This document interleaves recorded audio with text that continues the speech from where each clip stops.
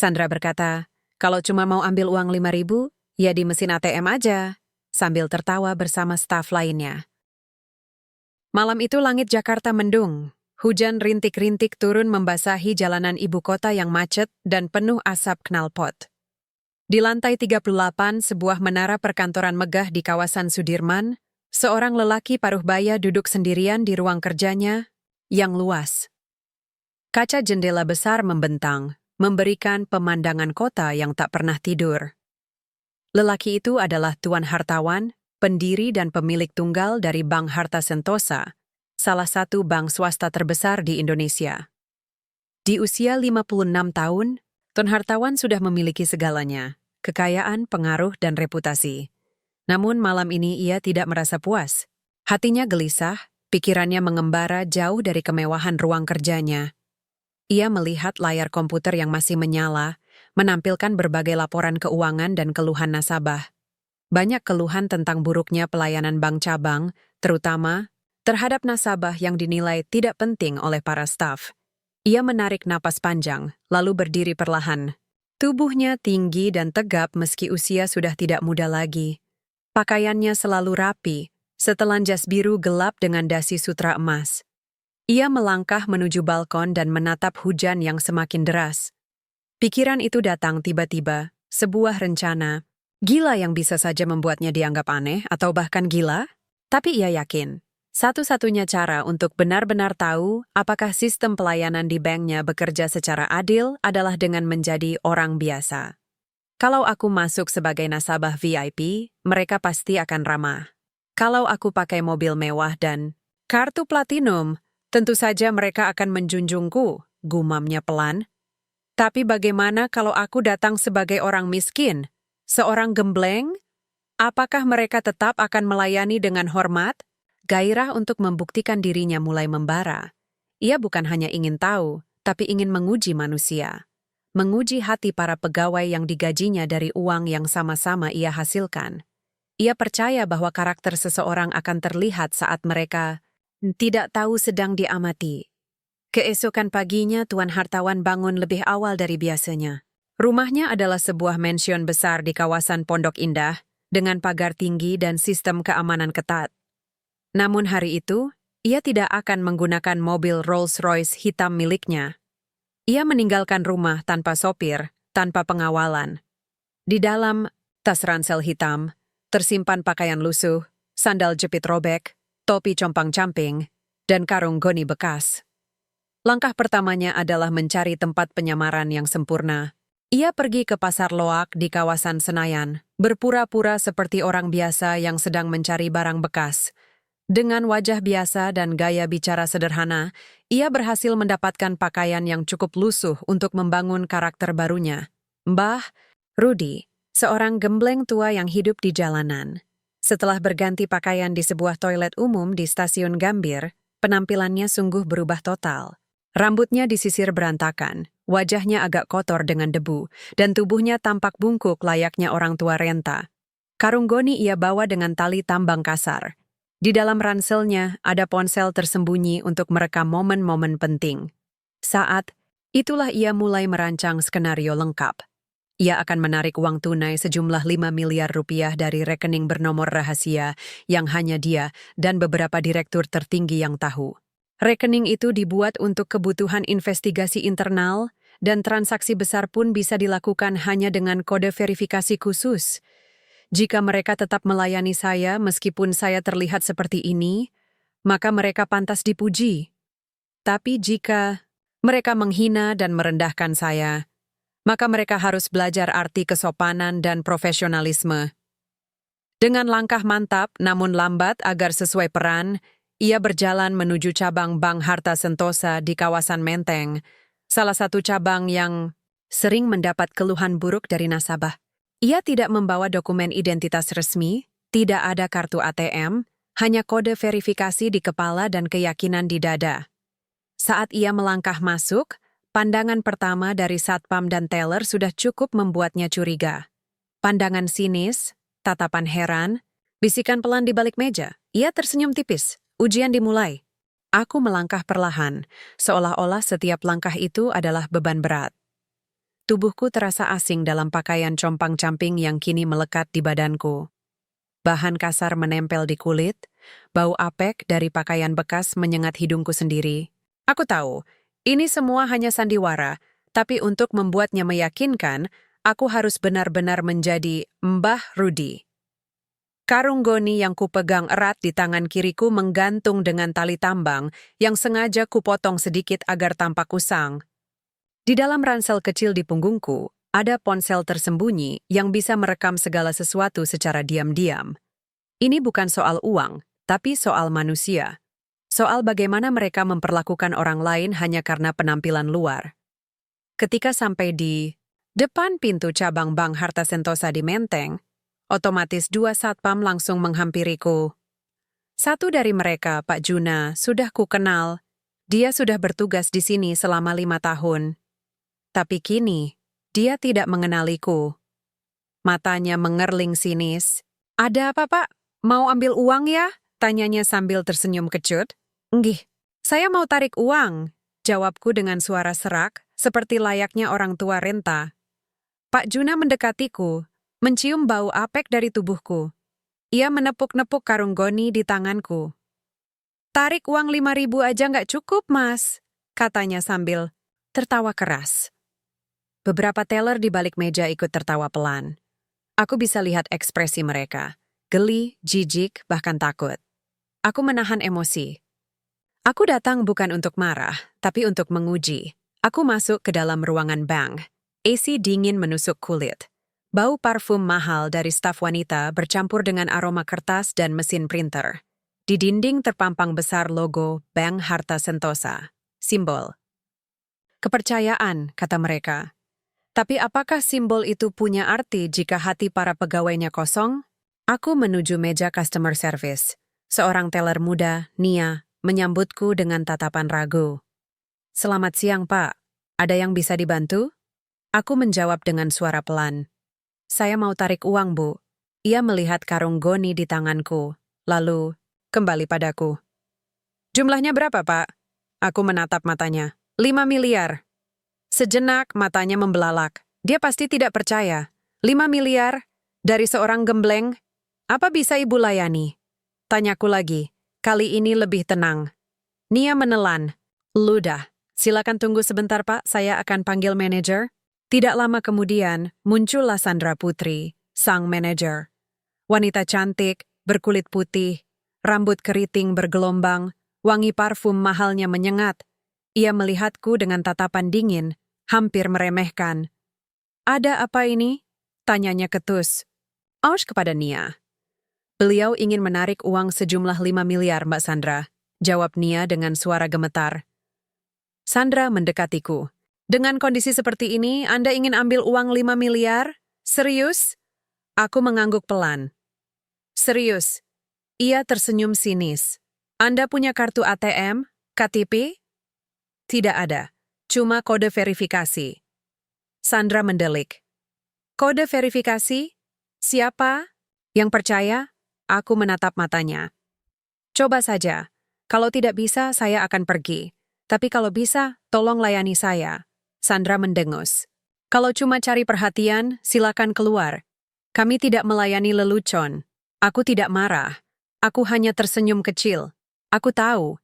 Ia tidak tahu siapa aku. Tapi suatu hari nanti, ia akan tahu. Dan saat itu tiba, aku akan tunjukkan bahwa ujian karakter itu tidak pandang bulu. Saya tidak bercanda.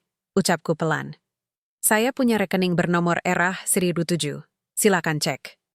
Sandra memandangku dengan tatapan heran. Nia cepat-cepat membuka sistem internal dan mulai mengetikkan nomor rekening tersebut. Wajahnya berubah drastis. Rekening itu nyata, aktif, dan memiliki saldo lebih dari cukup. Namun, alih-alih memproses permintaanku, Sandra malah tertawa keras. Astaga, ini rekening milik bos kita. Wah, kamu pasti orang iseng ya, Pak Tua.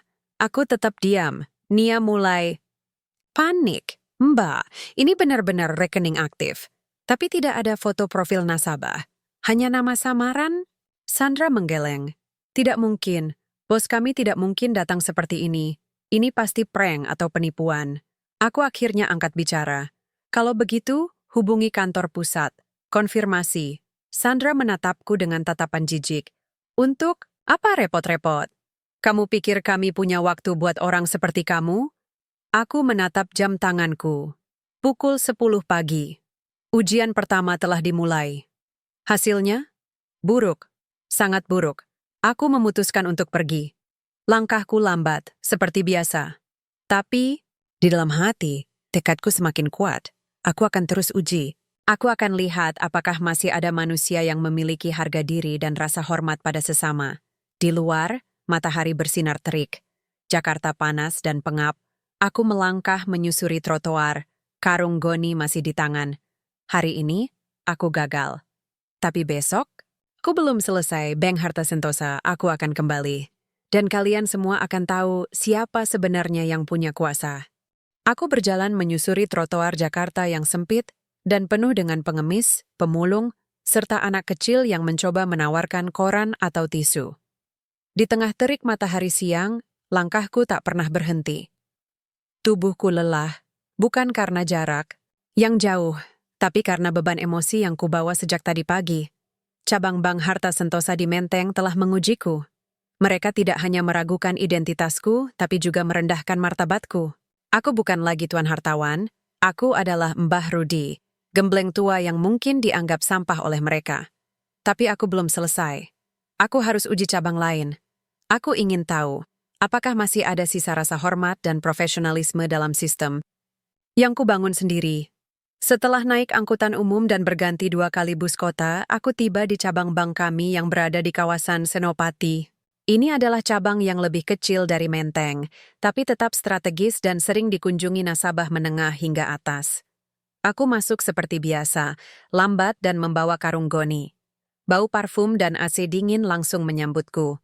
Kali ini, satpamnya berbeda. Ia tampak lebih muda, kurus, dan sepertinya baru beberapa bulan bertugas.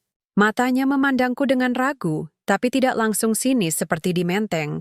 Ada yang bisa dibantu, Pak? Tanyanya pelan. Saya mau tarik uang, jawabku dengan suara serak. Ia melihat karung goni di tanganku, lalu mengangguk. Silakan, ke meja customer service. Aku menuju meja teller. Ada 5 teller hari itu. 2 di antaranya sedang melayani nasabah, 1 sedang istirahat, dan 2 lainnya sedang ngobrol ringan. Aku duduk di kursi tunggu. Beberapa menit kemudian, akhirnya giliranku datang. Seorang wanita paruh baya menyambutku. Namanya Pak Dedi, seorang teller senior yang sudah bekerja di bank ini selama lebih dari 15 tahun. Wajahnya ramah, matanya teduh. Ia tidak langsung meremehkan penampilanku seperti yang lain. Selamat siang, Pak. Ada yang bisa saya bantu? Aku menatap matanya. Saya mau tarik uang, Bu. 5 miliar. Wajah Pak Dedi tidak langsung bereaksi seperti Nia atau Sandra. Ia menahan ekspresi lalu berkata dengan tenang. 5 miliar, Pak. Bapak punya kartu ATM atau dokumen pendukung? Tidak ada, cuma kode verifikasi. Pak Dedi menghela napas. Kalau begitu, saya akan panggil manajer. Beberapa saat kemudian, muncullah Sandra Putri. Ya, Sandra Putri, manajer cabang Menteng ternyata juga hadir di cabang Senopati hari ini untuk inspeksi mendadak. Dia datang bersama tim supervisi. Dan ketika ia melihatku, senyum sinisnya langsung, muncul. Oh, kamu lagi?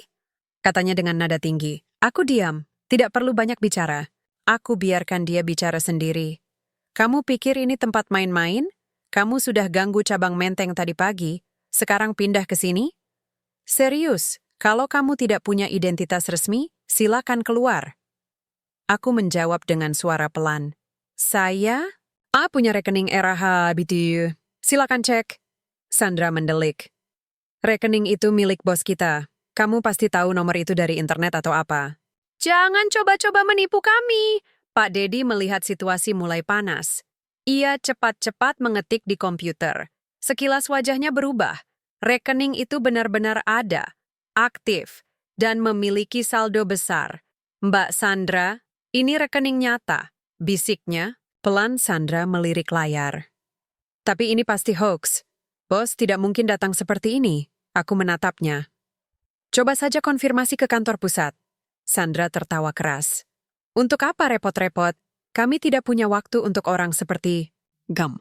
Aku tidak marah. Aku hanya tersenyum kecil. Aku sudah mengenal manusia seperti Sandra. Mereka percaya bahwa penampilan menentukan derajat seseorang. Mereka tidak tahu bahwa kekuasaan bisa datang dalam bentuk apa saja, bahkan dalam wujud seorang.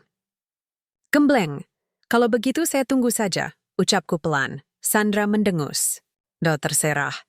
Tapi kalau kamu masih di sini setelah jam istirahat, saya suruh satpam usir kamu.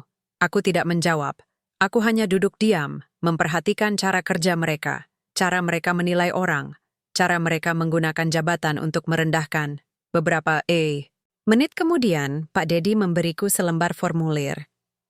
Silakan isi dulu, Pak. Saya akan proses sesuai prosedur. Sandra langsung menyela. Jangan layani. Ini pasti penipuan. Pak Dedi menatapnya. Saya harus ikuti prosedur, Mbak.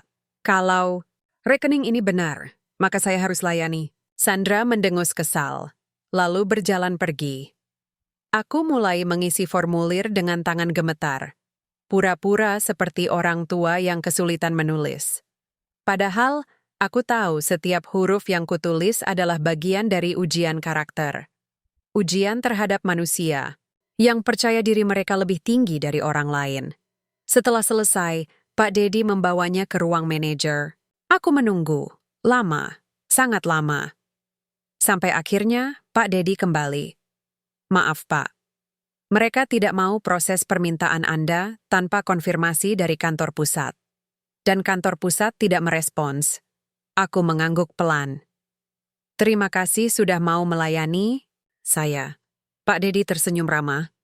Saya hanya melakukan tugas saya, Pak. Aku berdiri perlahan, lalu meninggalkan cabang Senopati. Langkahku tetap lambat, tapi hatiku sedikit lebih tenang. Setidaknya, ada satu orang yang masih memiliki harga diri. Di luar, hujan mulai turun. Aku berlindung di bawah kanopi toko, menatap langit yang gelap, ujian belum selesai. Masih banyak cabang, bank yang harus kukunjungi. Masih banyak manusia yang harus kulihat wajah aslinya. Bank Harta Sentosa, aku akan terus datang. Sampai kalian semua tahu siapa sebenarnya yang punya kuasa. Langkahku terasa lebih berat hari ini. Bukan karena tubuh tua yang kupertontonkan, tapi karena beban batin yang terus bertambah.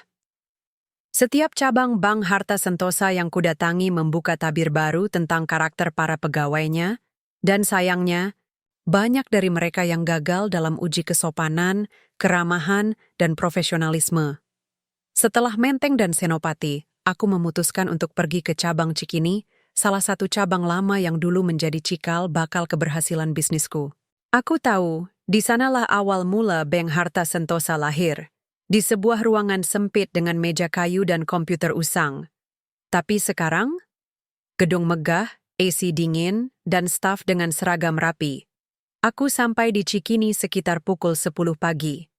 Langit sedikit mendung, angin bertiup pelan mengiringi langkahku menuju pintu masuk bank. Seperti biasa, karung goni masih tergantung di tangan kiriku, dan penampilanku sebagai Mbah Rudi tetap kupertahankan.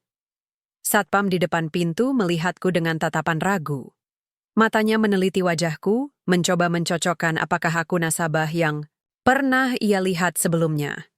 Ia tampaknya tidak yakin, tapi tidak langsung meremehkan. Selamat pagi, Pak. Ada yang bisa dibantu? Tanyanya sopan. Saya mau tarik uang, jawabku dengan suara serak. Ia mengangguk. Silakan ke meja customer service. Aku menuju ke arah teller. Di sana, beberapa teller sibuk melayani nasabah. Suara printer dan dering telepon menyatu dalam harmoni khas kantor bank. Aku duduk di kursi tunggu, menunggu giliran. Hari ini, aku ingin melihat apakah ada perbedaan. Apakah ada staf yang masih percaya bahwa setiap manusia layak dihormati tanpa melihat penampilan luar. Beberapa menit kemudian, giliranku datang. Seorang pria parubaya menyambutku. Wajahnya ramah, sorot matanya tenang. Namanya Pak Dedi, seorang teller senior yang sepertinya sudah cukup lama bekerja di bank ini. Selamat siang, Pak. Ada yang bisa saya bantu? Aku menatap matanya. Saya mau tarik uang, Pak. 5 miliar. Reaksinya tidak seperti Sandra. Tidak juga seperti Nia. Ia hanya tersenyum kecil, lalu berkata dengan tenang, 5 miliar, Pak. Bapak punya kartu ATM atau dokumen pendukung? Tidak ada. Cuman kode verifikasi. Pak Dedi mengangguk. Kalau begitu, saya akan panggil manajer. Beberapa saat kemudian, manajer cabang Cikini datang. Namanya Bu Ratna, wanita parubaya, dengan senyum ramah dan aura tenang. Ia tidak sombong seperti Sandra. Caranya berjalan, cara dia bicara, semuanya terkesan rendah hati. Ada apa ini? Tanyanya kepada Pak Dedi. Nasabah ini ingin menarik 5 miliar, Mbak. Tapi dia tidak punya kartu ATM atau identitas resmi. Hanya kode verifikasi. Bu Ratna menatapku. Bapak punya rekening di bank kami? Ya. Erah, satu baju. Wajah Bu Ratna berubah. Matanya menyipit sejenak. Aku bisa melihat kilatan pikiran yang mulai bekerja cepat di benaknya. Rah 1.7, itu rekening rahasia bos kita ya? Gumamnya pelan, aku tidak menjawab. Aku biarkan dia sendiri yang menyimpulkan. Pak Dedi langsung mengetik di komputer. Layar menunjukkan data lengkap. Rekening aktif, saldo besar, dan tidak ada foto profil nasabah. Bu Ratna menatapku lagi. Bapak, bukan orang iseng ya? Aku tersenyum tipis. Saya hanya ingin tahu bagaimana pelayanan bank ini terhadap nasabah yang tidak terlihat kaya. Bu Ratna diam sejenak. Ia memandang Pak Dedi, lalu kembali padaku. Kalau begitu, saya akan proses permintaan Bapak. Tapi mohon tunggu sebentar, karena ini transaksi besar dan harus diverifikasi secara manual. Aku mengangguk. Terima kasih. Dalam waktu 30 menit, semua beres. Uang 5 miliar dikemas dalam 2 tas hitam besar. Aku tidak ambil semuanya, hanya 10 juta sebagai contoh. Selebihnya, aku minta ditunda. Ini bukan soal uang, tapi soal pembelajaran. Sebelum pergi, Bu Ratna menghampiriku. Maaf kalau pertanyaan saya lancang, Pak. Tapi apakah Bapak adalah... Aku tersenyum. Kalau kamu tahu jawabannya, tidak perlu saya jawab. Bu Ratna mengangguk pelan. Saya pikir begitu. Maaf jika ada cabang lain yang tidak melayani Bapak dengan baik. Aku menepuk bahunya. Kamu sudah melakukan tugasmu dengan baik. Itu saja yang penting. Aku keluar dari cabang Cikini dengan langkah lebih ringan. Hujan mulai turun, tapi kali ini aku tidak merasa sendirian. Ada satu orang lagi yang berhasil lulus uji. Satu lagi yang membuktikan bahwa masih ada manusia yang percaya pada nilai-nilai dasar, hormat, sopan, dan profesionalisme. Bank Harta Sentosa, kamu belum hancur. Masih ada harapan. Tapi ujian belum selesai. Masih banyak cabang yang harus kukunjungi. Masih banyak hati yang harus diuji. Hari itu, langit Jakarta kembali cerah setelah semalam hujan deras mengguyur. Aku duduk di sebuah warung kopi sederhana di bilangan Kemang, memandangi layar ponsel kecil yang tersembunyi dalam ransel lusuhku. Aku baru saja menyelesaikan ujian di cabang Cikini dan hasilnya cukup melegakan. Tapi ada satu hal yang tak terduga dan mungkin lebih besar dari rencana awalku. Seorang pengunjung bank di cabang Menteng beberapa hari lalu ternyata merekam momen saat aku, sebagai Mbah Rudi, ditertawakan oleh staf bank, khususnya Sandra Putri. Video itu mulai beredar di media sosial sejak tadi malam, dan pagi ini sudah viral. Aku membuka aplikasi media sosial dan melihat ribuan komentar. Banyak netizen yang marah. Beberapa bahkan menyebut Bank Harta Sentosa sebagai institusi yang diskriminatif dan tidak layak dipercaya lagi. Hashtag seperti Jurai Bank Tidak Ramah Gembel dan Sandra Putri Tolong Minta Maaf mulai trending. Aku tersenyum tipis. Ini bukan bagian dari rencanaku, tapi justru bisa menjadi alat untuk mempercepat proses perubahan. Aku ingat percakapanku dengan Pak Dedi di Cikini. Ia berkata, kami memang diajarkan untuk melayani semua nasabah dengan baik. Tapi kadang, bos-bos cabang yang sombong membuat suasana jadi tidak nyaman. Benar. Masalah bukan hanya pada sistem, tapi juga pada manusia-manusia yang mengisi posisi penting. Orang-orang seperti Sandra, yang menggunakan jabatan mereka untuk merendahkan orang lain. Dengan hati-hati, aku buka akun media sosial rahasia yang biasa kupakai untuk investigasi internal. Aku unggah beberapa screenshot percakapan antara para staf cabang Menteng saat mereka tertawa dan meremehkanku. Aku tambahkan deskripsi singkat. Ini adalah potret pelayanan buruk di salah satu cabang Bank Harta Sentosa. Apakah Anda akan dilayani jika penampilan Anda tidak layak? Beberapa jam kemudian, postingan itu dibagikan ribuan kali. Komentar pun membanjiri. Banyak nasabah lama yang ikut bersuara, menceritakan pengalaman buruk mereka selama ini. Ada yang bilang bahwa teller sering membandingkan nasabah miskin dan kaya. Ada yang bercerita bahwa mereka disuruh antri berjam-jam meskipun membawa dokumen lengkap, sementara nasabah VIP langsung dilayani. Pada sore hari, tim Humas Bank Harta Sentosa mulai bereaksi. Mereka mengeluarkan siaran pers singkat yang mencoba menenangkan publik. Isinya klise dan umum. Kami sangat menyesal atas insiden tersebut dan sedang melakukan investigasi internal. Tapi tidak ada permintaan maaf resmi atau penjelasan detail. Aku tahu, mereka belum tahu bahwa akulah nasabah yang direndahkan. Tim Humas pasti sedang panik, mencoba menghubungi cabang Menteng dan Senopati, mencari tahu siapa sebenarnya Mbah Rudi itu. Tapi, mereka tidak akan menemukan jawaban. Kecuali, aku sendiri yang memberikannya. Aku meninggalkan warung kopi, melanjutkan perjalanan menuju kantor pusat Bank Harta Sentosa. Aku ingin melihat langsung reaksi para direktur ketika mereka mengetahui bahwa bos mereka sendiri telah dihina oleh staf cabang. Langkahku mantap meski masih pura-pura lambat. Tubuhku tetap tampak seperti gembleng tua, karung goni masih menggantung di tanganku. Tapi mataku tajam, pikiranku fokus. Aku tiba di lobi kantor pusat sekitar pukul 4 sore. Para satpam langsung mengenaliku dan cepat-cepat menyambut dengan hormat. "Selamat siang, Pak Hartawan," ucap mereka serentak. Aku mengangguk pelan. "Ada rapat darurat?" "Iya, Pak. Semua direksi sudah hadir. Mereka sedang membahas video viral itu." Aku tersenyum. "Kalau begitu, saya akan masuk." Di ruang rapat utama, suasana tegang. Direktur keuangan, direktur operasional, kepala humas, dan beberapa anggota Dewan Komisaris sedang berdiskusi keras. Layar besar menampilkan video yang sama. Aku sebagai Mbah Rudi ditertawakan oleh Sandra dan timnya. "Ini bisa merusak reputasi kita," kata direktur operasional. "Kita harus pecat mereka, tapi kita belum tahu siapa nasabah itu," sahut kepala humas. Kalau sampai salah pecat, aku masuk tanpa suara. Semua mata langsung berpaling padaku. "Pak Hartawan," gumam, direktur keuangan. Aku duduk di kursi utama. "Kalian sedang membicarakan saya, ya?" Ruangan mendadak. Sunyi, aku menatap mereka satu persatu. "Saya ingin kalian lihat. Lihat betapa mudahnya kalian menilai orang dari penampilan luar. Lihat betapa mudahnya staf kita merendahkan seseorang yang mereka kira tidak penting." Aku menekan tombol remote, memutar ulang video tersebut. Suara tawa Sandra terdengar jelas.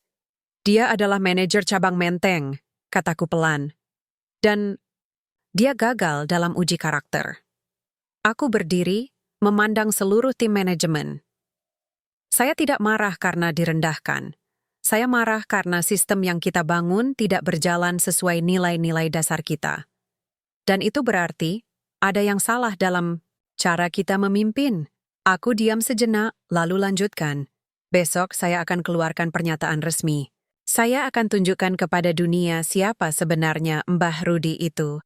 Dan saya akan tunjukkan bahwa Bank Harta Sentosa tidak akan membiarkan orang-orang seperti Sandra Putri mengotori nama baik kita."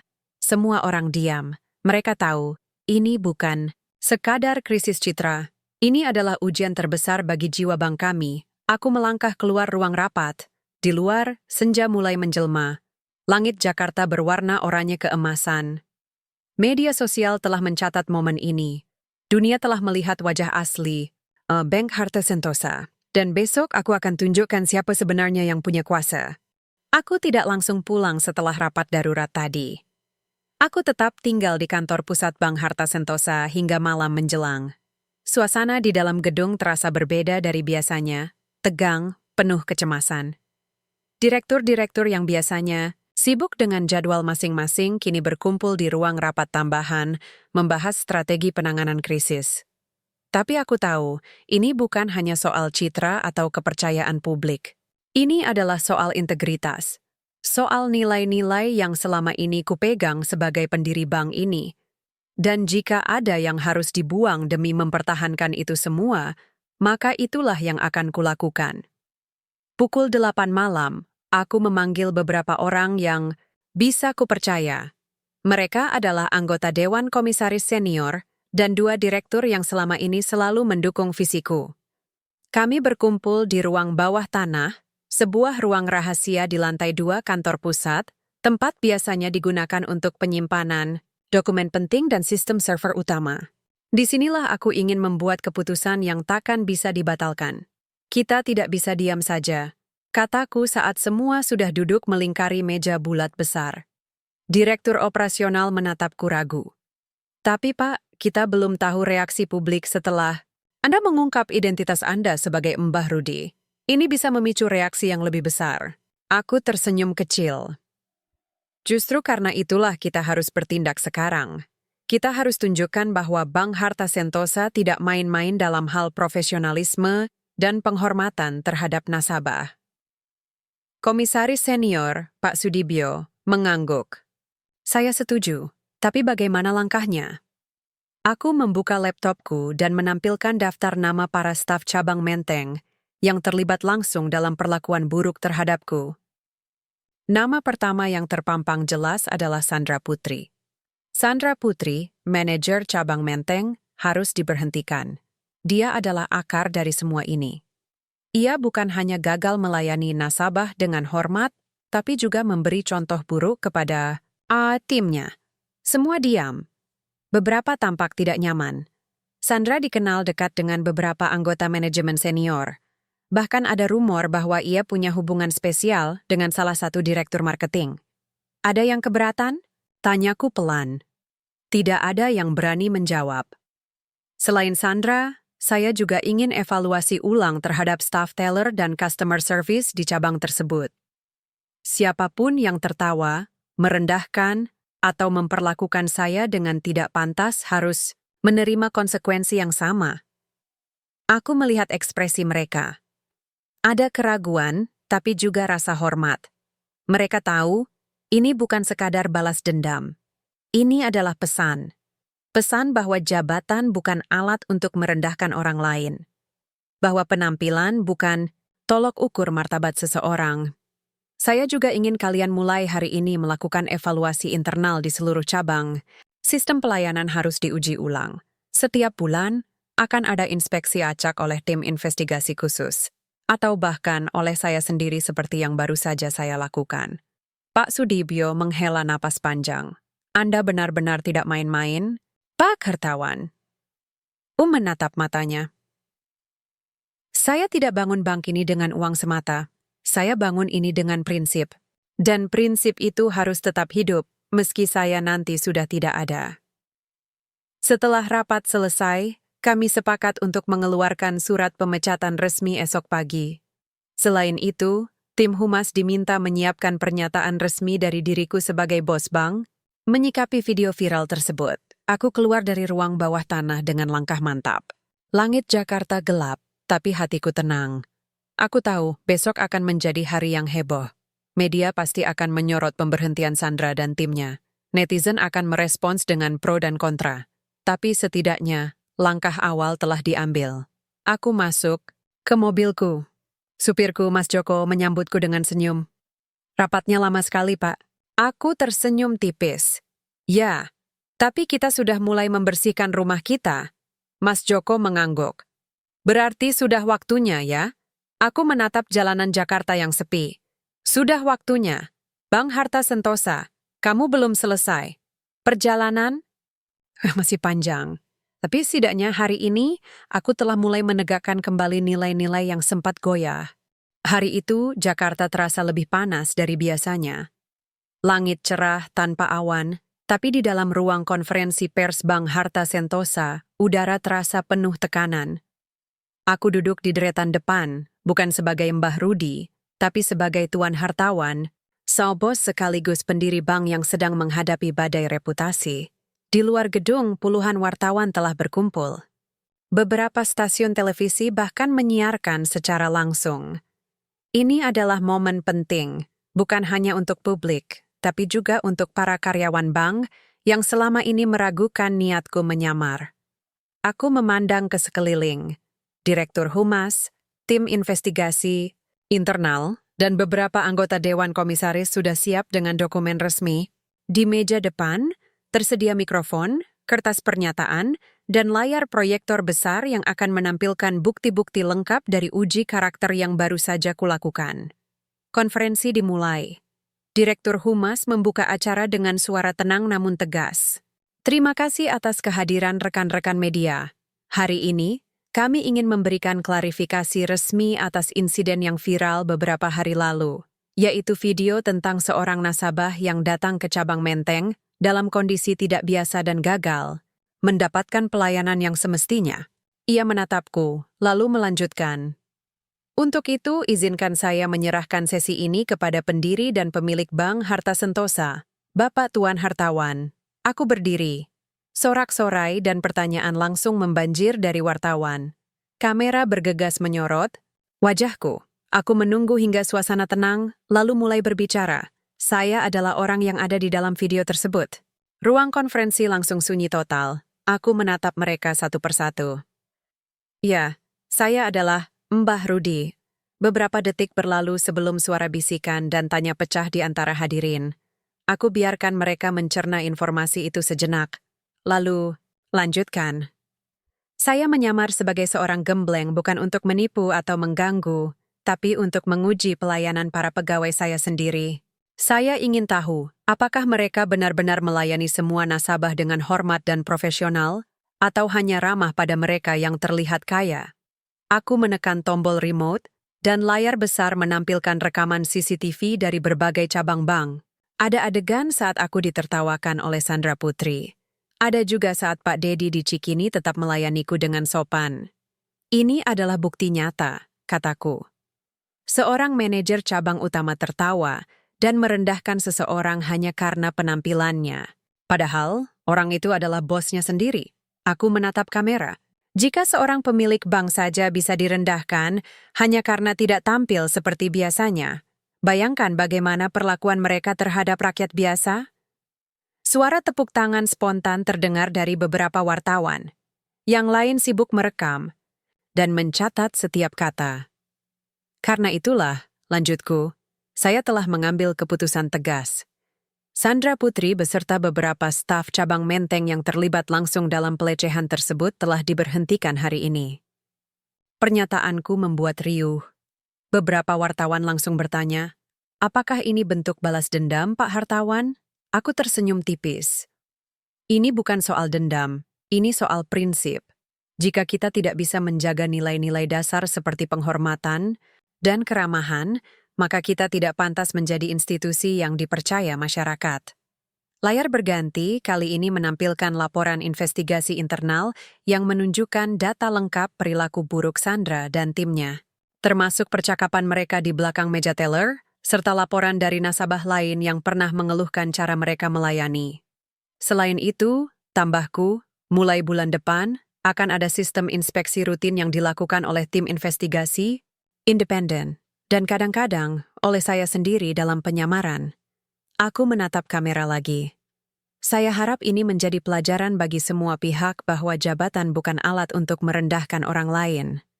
Bahwa martabat manusia tidak ditentukan oleh pakaian atau penampilan luar, dan bahwa Bank Harta Sentosa tidak akan pernah lagi menjadi tempat di mana seorang nasabah merasa diremehkan.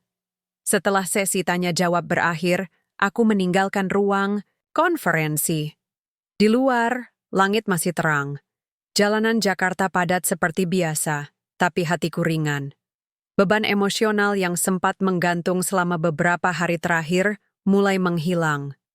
Aku menuju mobilku. Mas Joko membukakan pintu. Bagaimana?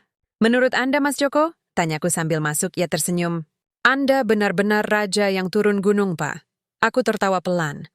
Aku hanya ingin memastikan bahwa takhta itu tidak membuat kita lupa daratan. Mobil bergerak perlahan. Aku menatap kota yang tidak pernah tidur ini. Aku tahu meski langkah pertama telah berhasil, perjalanan belum selesai. Masih banyak hati yang harus diuji, masih banyak sistem yang harus dibenahi. Tapi hari ini, aku telah menegaskan satu hal. Tidak peduli bagaimana kamu terlihat, jika kamu punya harga diri, kamu layak dihormati. Aku masih bisa merasakan hawa panas dari sorotan media yang terus menempel sejak kemarin. Setelah konferensi pers yang menghebohkan, hari ini adalah hari penegasan. Hari di mana aku harus membuktikan bahwa ucapan tadi bukan hanya retorika belaka, tapi sebuah komitmen nyata. Pagi itu, kantor pusat Bank Harta Sentosa terasa lebih tegang dari biasanya. Banyak pegawai berbisik-bisik di koridor. Beberapa sudah mendengar kabar bahwa Sandra Putri tidak akan datang ke cabang Menteng lagi. Yang lain mencoba menebak-nebak siapa saja yang ikut terkena dampak dari ujian besar ini. Aku duduk di ruang kerjaku, lantai 38. Langit-langit kaca memberiku pemandangan Jakarta yang sibuk seperti biasa. Tapi pagi ini, hatiku tenang. Aku telah membuat keputusan, dan sekarang saatnya menjalankannya. Direktur SDM masuk dengan dokumen lengkap di tangan. Surat pemecatan sudah ditandatangani, Pak. Aku mengangguk. Bagaimana reaksi internal? Campur aduk. Ada yang kaget, ada yang lega. Bahkan beberapa teller dari cabang Menteng sempat menangis karena takut juga kena imbasnya. Aku tersenyum tipis. Justru mereka yang takut itulah yang mungkin punya nurani. Mereka tahu apa yang dilakukan Sandra salah. Direktur SDM menghela napas. Kami juga sudah mempersiapkan surat promosi untuk Pak Dedi dari cabang Cikini. Ia akan menjadi kepala cabang baru di wilayah Senayan. Aku menyetujui dengan anggukan. Itu tepat. Dia satu-satunya yang lulus uji karakter dengan nilai terbaik. Sebelum ia keluar, aku tambahkan satu instruksi penting. Saya ingin semua cabang menerima email resmi hari ini. Isinya tentang perubahan kebijakan pelayanan. Mulai bulan depan, sistem inspeksi acak akan dimulai. Termasuk penyamaran oleh tim investigasi atau kadang-kadang oleh saya sendiri. Direktur SDM menatapku dengan tatapan hormat. Baik, Pak. Setelah ia pergi, aku berdiri dan menatap kota dari jendela. Aku ingat masa lalu. Masa ketika aku masih anak kecil, duduk di trotoar yang sama, melihat orang-orang berjas rapi masuk ke gedung bank besar. Wajah mereka penuh percaya diri, sementara aku hanya bisa diam, merasa kecil. Dulu, jika aku datang ke bank dengan baju compang-camping, pasti langsung disuruh antri di tempat paling pojok. Bahkan seringkali diabaikan. Sekarang, setelah semua ini, aku ingin pastikan bahwa nasabah tidak lagi dinilai dari penampilan mereka. Aku kembali ke meja kerja, membuka laptop, dan mengetikkan pesan internal untuk seluruh karyawan Bank Harta Sentosa. Hari ini kita mulai babak baru. Bukan hanya soal angka dan profit, tapi soal integritas. Soal bagaimana kita memperlakukan sesama manusia. Kita bukan hanya bank, tapi institusi yang dipercaya oleh rakyat. Jadi, mari layani mereka dengan hati. Setelah mengirimkannya, aku berdiri dan memutuskan untuk turun ke lantai dasar. Ingin rasanya melihat reaksi orang-orang secara langsung. Di lobi, suasana agak ramai. Banyak staf dari berbagai cabang berkumpul, termasuk beberapa dari Menteng. Di antara mereka, kulihat Sandra sedang duduk di sudut, wajahnya murung. Ia tidak menangis, tapi matanya berkaca-kaca. Ia melihatku. Pandangan kami bersirobok. Ia menunduk cepat. Aku tidak mendekat. Tidak perlu. Aku sudah menyampaikan pesanku melalui tindakan. Beberapa menit kemudian, Direktur SDM datang dan memanggil namanya. Ia bangkit perlahan, langkahnya gemetar. Surat pemecatan dibacakan di hadapan semua orang. Ia tidak protes. Hanya menunduk, lalu meninggalkan gedung untuk terakhir kalinya. Aku menatap punggungnya yang semakin menjauh. Hatiku tidak puas, tapi damai. Ini bukan balas dendam. Ini adalah perbaikan. Untuk semua orang anak horor kembali ke mobilku. Mas Joko sudah menunggu. Bagaimana rasanya, Pak? Tanyanya pelan. Aku tersenyum. Seperti membersihkan rumah yang sudah lama kotor. Capek, tapi puas. Mobil bergerak pelan. Kota Jakarta tetap sibuk. Tapi di tengah kesibukan itu, aku tahu ada perubahan kecil yang mulai tumbuh. Bank Harta Sentosa. Belum selesai. Masih banyak pekerjaan yang harus dilakukan. Tapi hari ini, aku telah membuktikan satu hal. Kebenaran itu tidak butuh penampilan mewah. Ia cukup muncul dalam bentuk yang paling sederhana dan tetap mengguncang dunia. Langit Jakarta sore ini berawan tipis. Aku duduk di ruang pertemuan khusus di lantai atas Bank Harta Sentosa, menghadap sejumlah manajer cabang baru dan beberapa direktur yang telah kukumpulkan secara pribadi. Di antara mereka, ada Pak Dedi, kini menjabat sebagai Kepala Cabang Senayan, satu-satunya staf yang benar-benar lulus uji karakterku saat aku menyamar sebagai Mbah Rudi. Aku memandang wajah-wajah di hadapanku. Ada rasa hormat, kebingungan, dan juga penasaran. Mereka tahu, pertemuan ini bukan sekadar briefing bisnis atau evaluasi operasional. Ini adalah sesi refleksi. Sesi tentang nilai-nilai yang membuat Bank Harta Sentosa berdiri dari awal. Saya ingin kalian semua mendengarkan sebuah cerita, kataku pelan. Bukan cerita tentang bank, tapi tentang seseorang yang pernah merasakan bagaimana rasanya diremehkan hanya karena penampilannya. Semua mata tertuju padaku. Aku mulai bercerita. Dulu, jauh sebelum Bank Harta Sentosa lahir, aku hanyalah anak. Tukang becak di pinggir rel kereta api di daerah Kota Tua, Jakarta. Ayahku bekerja siang dan malam untuk mencukupi kebutuhan keluarga. Ibuku menjual nasi uduk di depan rumah. Kami tinggal di gubuk kayu yang rapuh, dengan lantai tanah dan atap yang bocor kalau hujan. Waktu itu, aku masih muda, sekitar 18 tahun. Suatu hari, aku memutuskan untuk membuka rekening tabungan di salah satu bank terkemuka. Tujuanku sederhana, menyimpan uang hasil kerja kerasku sebagai tukang ojek motor. Aku datang dengan baju compang-camping, sandal jepit, dan tubuh yang penuh keringat. Aku ingat betul, teller di balik meja melihatku seperti melihat sampah. Ia tidak mau melayani, katanya harus pakai kartu identitas lengkap dan formulir yang lebih baik. Aku pulang tanpa berhasil membuka rekening. Tapi dalam hati, aku bersumpah. Suatu hari aku akan punya bank sendiri. Dan di bank itu, setiap orang, kaya atau miskin, akan dilayani dengan hormat. Setelah itu, aku bekerja keras. Malam hari, aku kuliah sambilan. Siang hari, aku bekerja di toko elektronik, lalu menjadi agen asuransi, hingga akhirnya bisa membuka usaha kecil-kecilan. Setiap langkah, setiap kesulitan, selalu kuingat janji itu. Bank Harta Sentosa lahir dari pengalaman itu. Bukan hanya untuk profit, tapi untuk memberikan harapan pada mereka yang selama ini merasa tidak berarti. Aku menghela napas sejenak, lalu menatap Pak Dedi. Kamu, Pak Dedi, kamu adalah bukti bahwa masih ada orang yang percaya pada nilai itu. Kamu tidak melihat saya sebagai gembleng tua yang aneh. Kamu tetap melayani saya dengan sopan dan profesional. Itu yang membuatmu layak naik jabatan. Pak Dedi tersenyum kecil, matanya berkaca-kaca. Terima kasih Pak Hartawan. Aku kemudian menatap tim manajemen lainnya. Saya tidak menginginkan Bank Harta Sentosa menjadi tempat di mana para manajer sombong dan merendahkan nasabah. Saya ingin bank ini menjadi simbol penghargaan terhadap martabat manusia.